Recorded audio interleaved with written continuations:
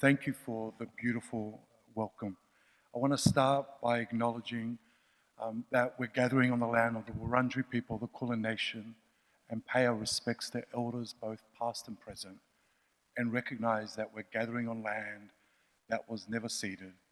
And the struggle I often talk about in my work, we cannot be talking about the rights of refugees if we don't start by talking about the rights of First Nations people. Movements must be intersectional and there must be solidarity.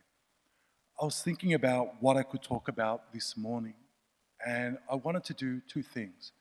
I wanted to share some of my learnings from the pandemic over the last couple of years about being a leader in this space, and just one take on it. It's no better than anyone else's. But I also wanted to talk about what the challenge is for us around building true movements of impact and change. Key lessons for me over the last couple of years as I look into this pandemic is wondering, are we going to come out of this crueler or kinder? I was reading a poll this morning saying more Australians now want less immigration, harder borders. And I do worry about whether we're going to come out of this harder and more isolationist and more crueler than compassionate. When the pandemic hit last year, it was really interesting in a not-for-profit space watching what our sector did and the decisions that we made. And some of my key lessons from the last 2 years is the important, as we lead in this space, that we lead with our values, that we lead with authenticity, that we lead with courage, and that we lead with bravery. And it's so important in times like now. This is the test around who we are. I found it really quite confronting to see what happened in our sector. On the one hand, there's so much incredible work being done in the non-for-profit sector over the last 2 years, so much incredible grassroots work that was happening. But at the same time, I saw a lot of the same sector shut its mouth, not speak out, not take on government. When international students and migrant workers and people seeking asylum were left out of JobKeeper and JobSeeker, when the government as an afterthought thought about rolling out COVID vaccinations in First Nations community, when childcare workers were the first, women were the first to lose JobKeeper payments, when the government, as it is doing right now, is pushing through legislation to try to silence our non-for-profit sector, what was really interesting was looking around and going, how many are still open?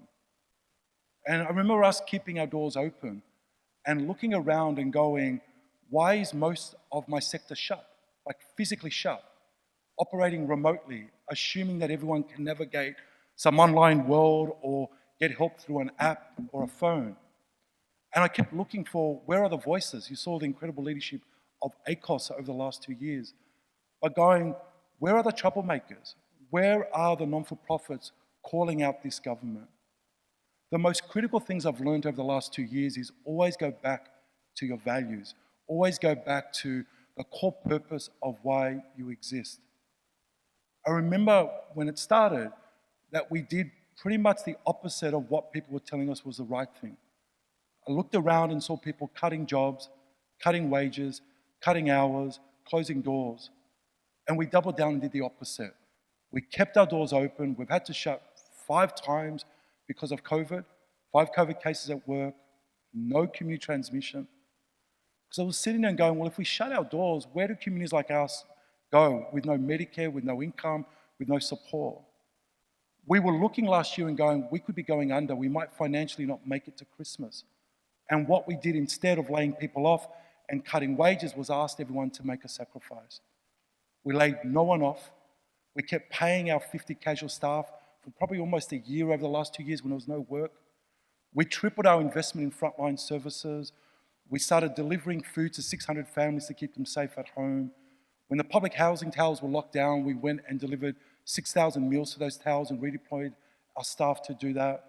We were housing, I think, at Christmas about 493 people a night. We were doing this with no federal government support because we don't take federal government funding. But what was really interesting was the more we did what was meant to be suicide for a charity, that was scale up, keep your doors open, be more outspoken, go beyond your own lane and help other communities in need. We started feeding other charities as well. Because as people started stockpiling, the food started running out. And what was really interesting was last year and this year, we've actually had our most successful years as an organization by just actually going back to why are we here? And when I talked to my board last year, I said, I would rather the ASRC shut its doors, go out of business, if it means we're going to sell our soul, lose our values, abandon the people we serve, and shaft our staff. And I can't stress enough, the challenges for us are around people are looking more than ever, not for polish. They're not looking for performative activism. They're not looking for people who are so sanitized and safe that you're saying all the right things, but you're not actually facing in and challenging power.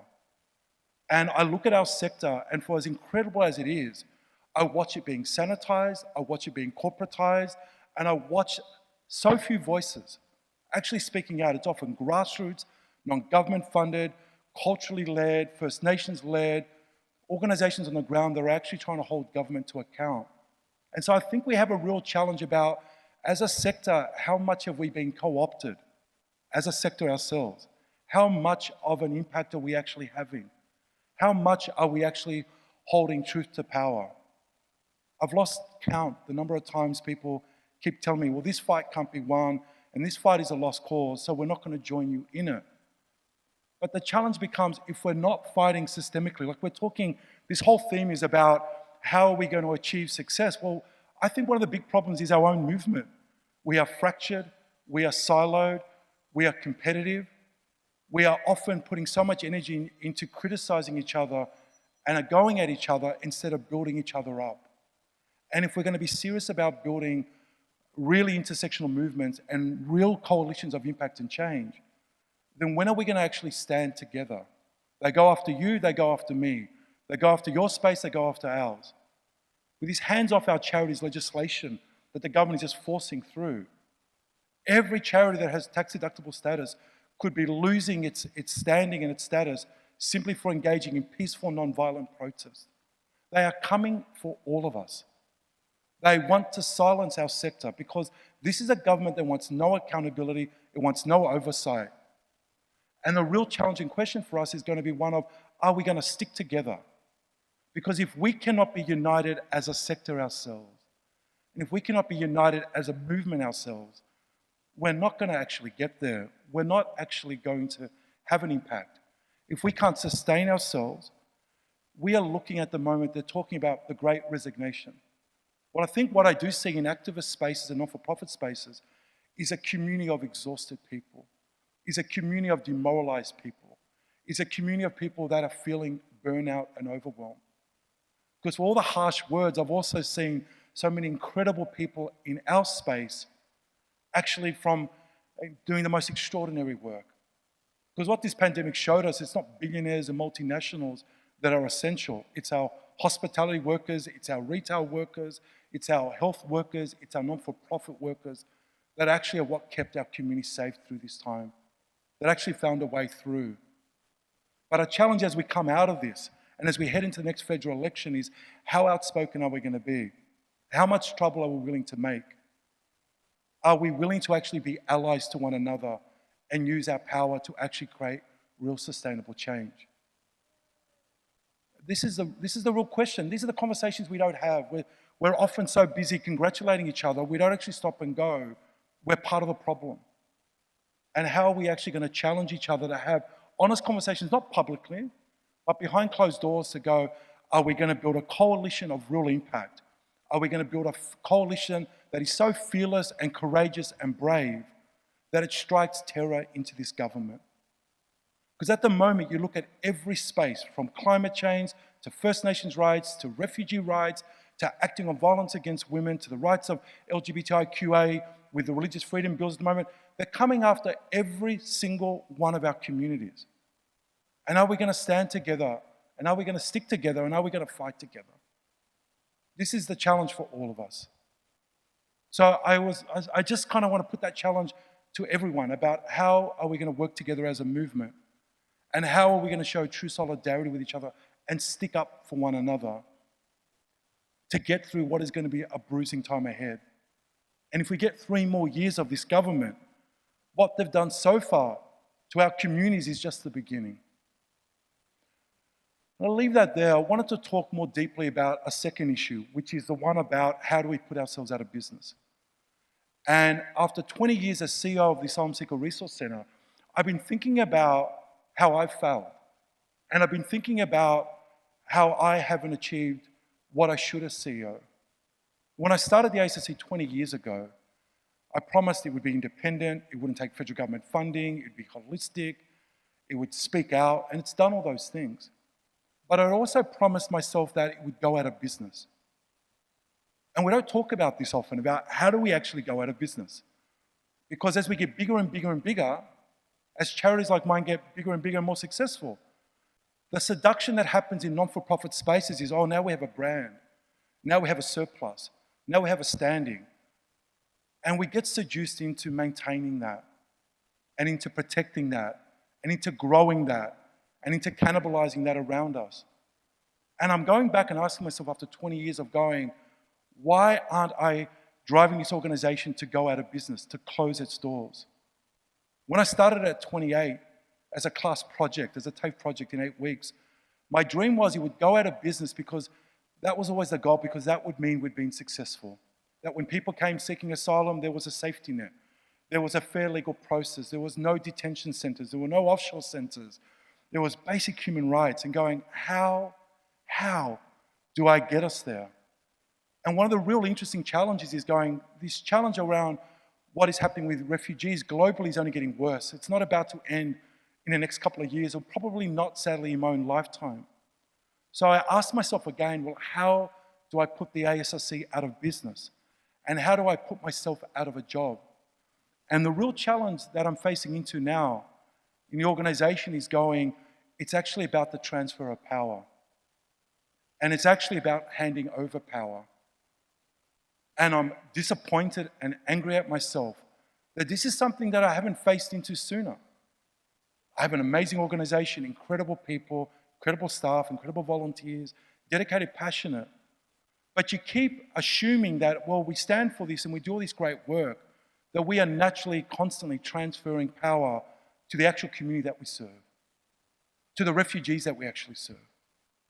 And you look at your organization 20 years down the track and you're like, we do that to a degree, we're rights-based, but in our own organization, in our positions of power, from our board to our executive, to every level down, is that diversity there? No. We're building this amazing amount of resourcing for our work, while refugee-led organizations on the ground are working often in volunteer and unpaid capacities, doing so much of the heavy lifting. And they're cut out because organizations like mine, and I never name other organizations because I don't believe in speaking on behalf of anyone else, but we keep growing, and so many of the organizations at the coalface are barely struggling to keep the lights on. Because what ends up happening often in the communities that we serve is we have the funder relationships, we have the political relationships. We're fortunate through our own privilege to be able to have the capacity to scale up around governance, risk, budgets, marketing, fundraising. And what's been really interesting is sitting around going, I have failed the community that I serve by not being far more intentional and purposeful about how I change power and how I shift power from people like me, a kid of immigrants, but not a person who lived experience as a refugee, and how I shift my organization over the next 3 years to be one where power is genuinely shared. This has been a really interesting conversation to have at work, where people are both excited by it and scared by it. Because when you're actually asking people, what are the things we should do? They talk about, well, we need to be less siloed and more efficient. But they go, we need to be listening to our people. So in our new 3-year strategic plan, we actually went out and surveyed 729 people that we serve, what we call our members, people seeking asylum, of the 7,000 we work with. And what was really interesting, overall people were happy with what we were providing, but they were saying, we want more help, we want it more timely, but we want a far greater voice. And we want to have more representation.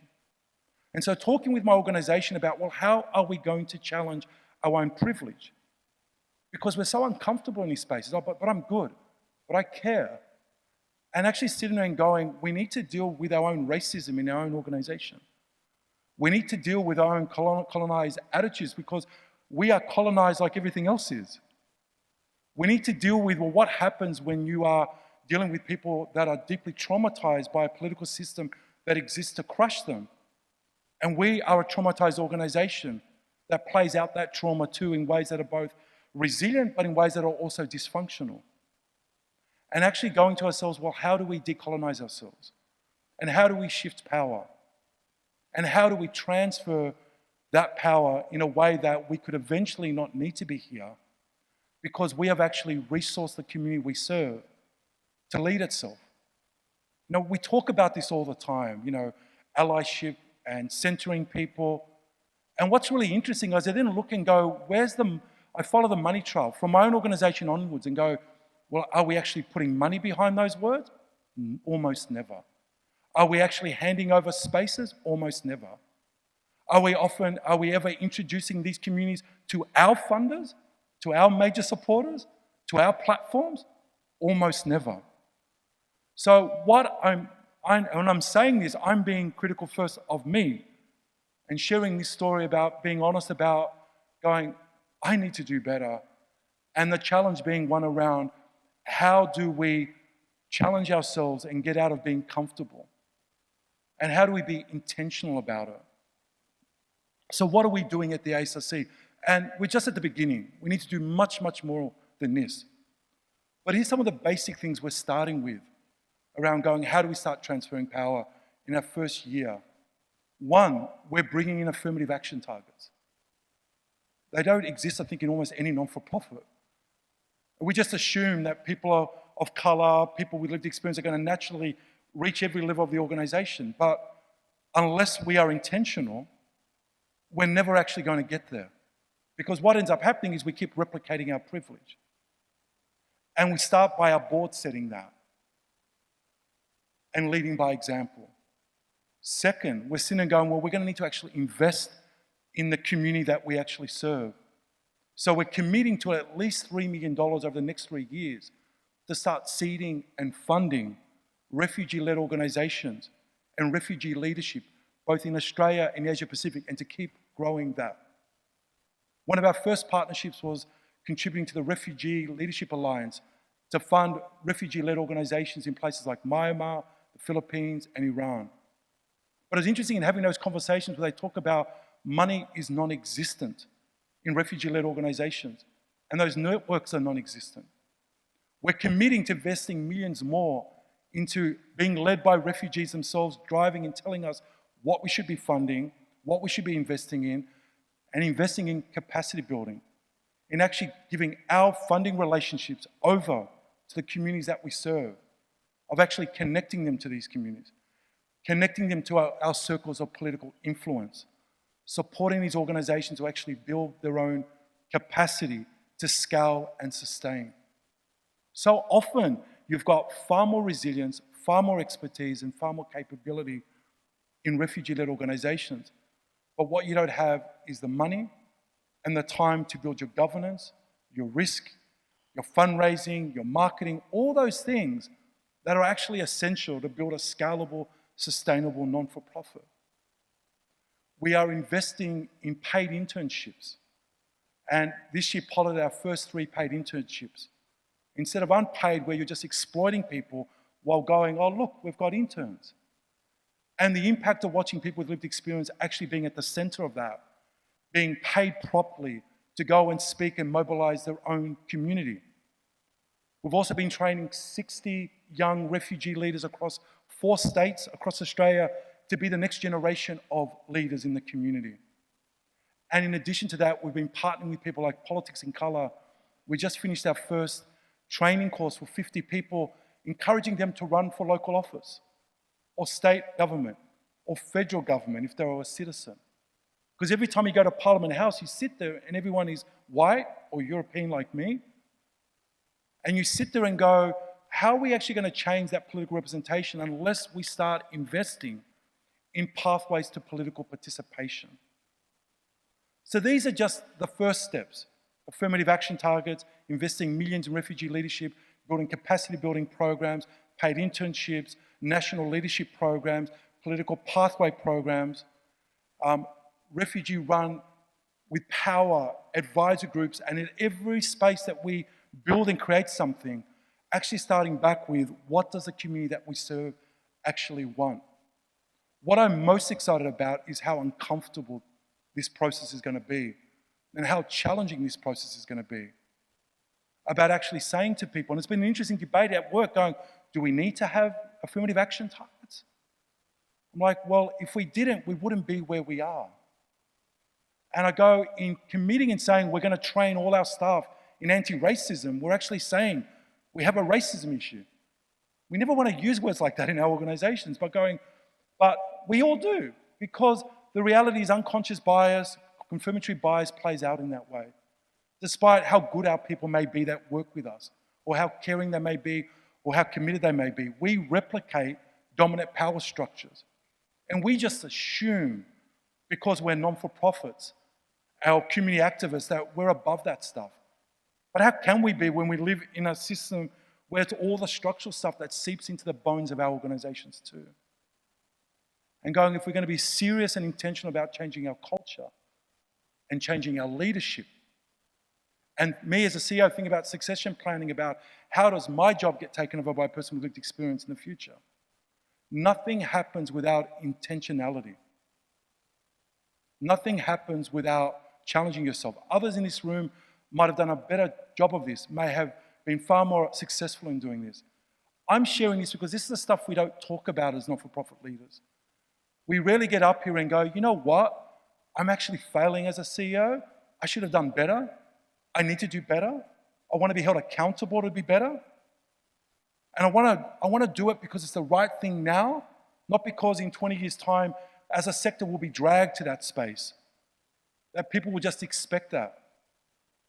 One of the ways I've been engaging people at a board level and throughout the organization that has been helpful for anyone else that's going on this journey is talking about our social license to operate and actually saying, well, how do we have a social license to operate if we're not actually reflecting the very community that we serve? And we're doing something else that might sound obvious, and for those who work in large non-for-profits, you could relate to. We're scrapping all of our eligibility. So you work with 7,000 people is what we work with every year. We take no federal government funding. Almost all our support comes from the community. You live year on year most years over the last 20 years. And everything is finite.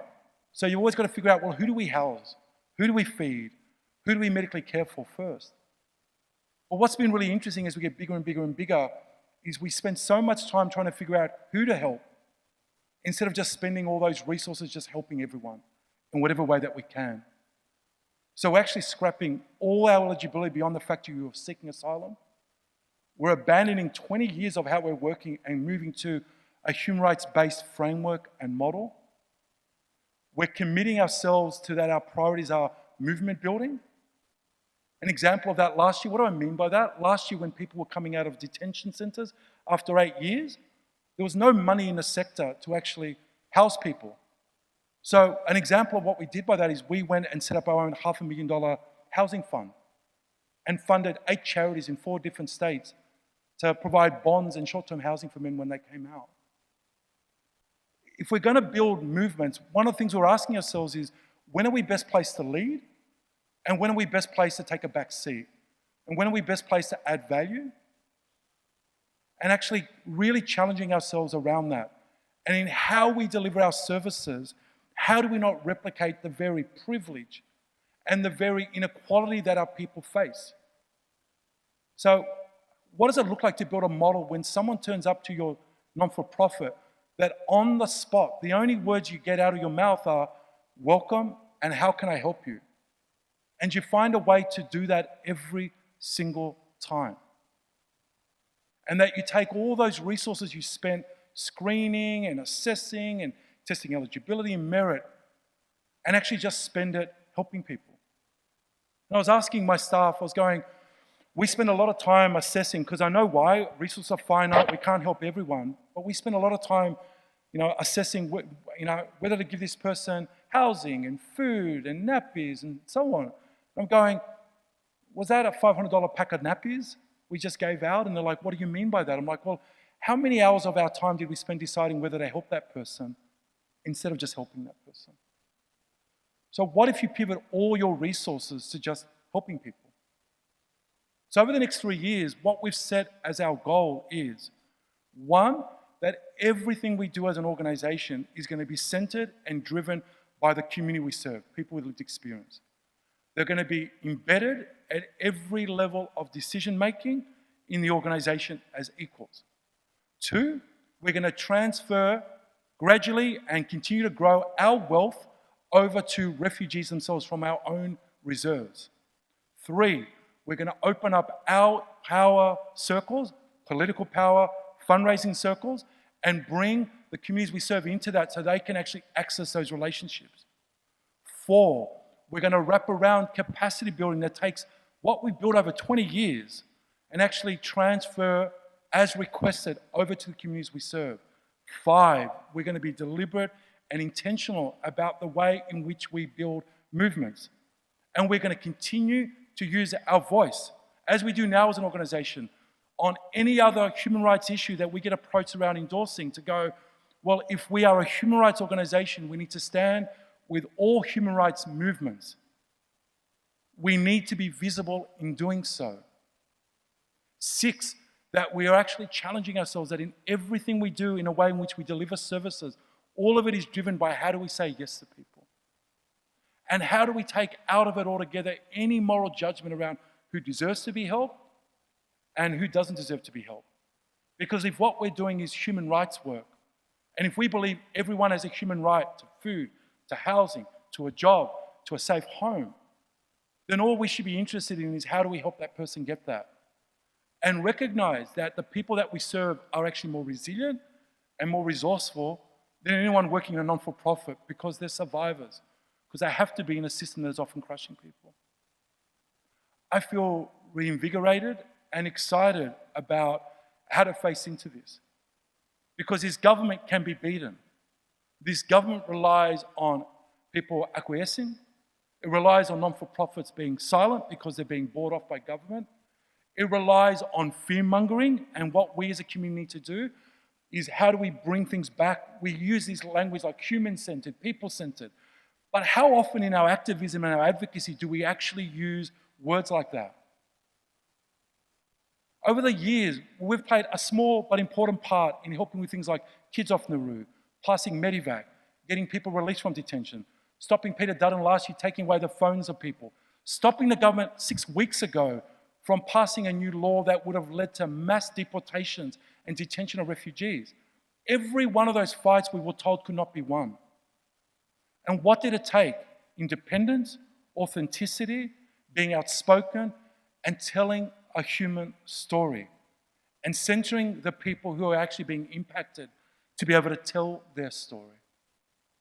Look, in my last 2 minutes, I probably want to leave you with this, which is that I feel incredibly hopeful and optimistic, because I know within our movement, we have some of the most incredible, dedicated and passionate people. But our challenge is going to be, how do we not leave this space? How do we not give up? How do we not burn out? How do we not take the trauma of the last 2 years and let it seep into the bones of our organizations? How do we actually pivot to make sure that the people we're actually trying to change things for are the ones at the table with us as equals? How do we challenge our privilege? How do we open up our spaces? How do we be intentional about that? How do we face into the ugly and uncomfortable spaces in our organizations and our groups and our movements? How do we stop attacking each other and spending energy talking about who's most purist and who's most progressive, and actually go, we're all in this together, they're coming after all of us? So how do we mobilize together, share our resources, share our intellectual capital, our social capital, our community links and our networks, and look after each other? I could not choose another space that I would like to have spent the last 30 years of my life working in. Because for all of the flaws and challenges in my own organization and in our own community sector, I feel so proud to work with you. I feel so proud to be part of a for-purpose movement, to actually be about trying to build a more equal and just and inclusive Australia, for actually trying to bring down and dismantle systems of inequality, oppression, and injustice. But it's going to take us being braver, more fearless, more courageous, and more united than ever before. I thank you for what you do. I challenge you to stand together as we head into this next election, more fearless and more outspoken, and to make good trouble everywhere and anywhere that you possibly can. Thank you so much for your time this morning.